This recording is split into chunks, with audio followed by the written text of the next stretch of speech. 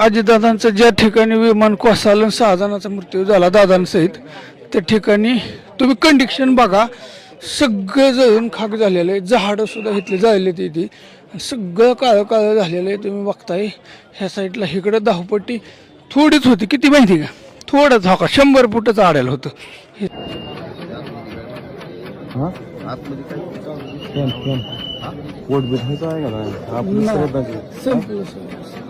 Battery भेटली असतील आतमध्ये आवाज येतो कुरकुर.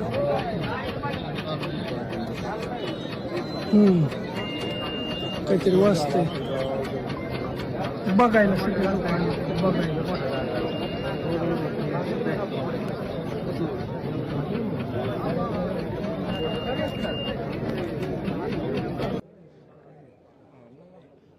जिथं अजितदादांचं विमान पडलं मित्रांनो, त्या जागेवर बघा पूर्ण स्फोट झाला विमानाचा.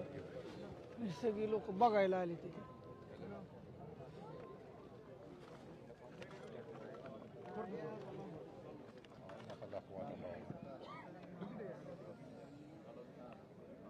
लयच अवघड झालं, असं वाटलं नव्हतं काय होईल, स्वप्नात सुद्धा वाटलं नव्हतं.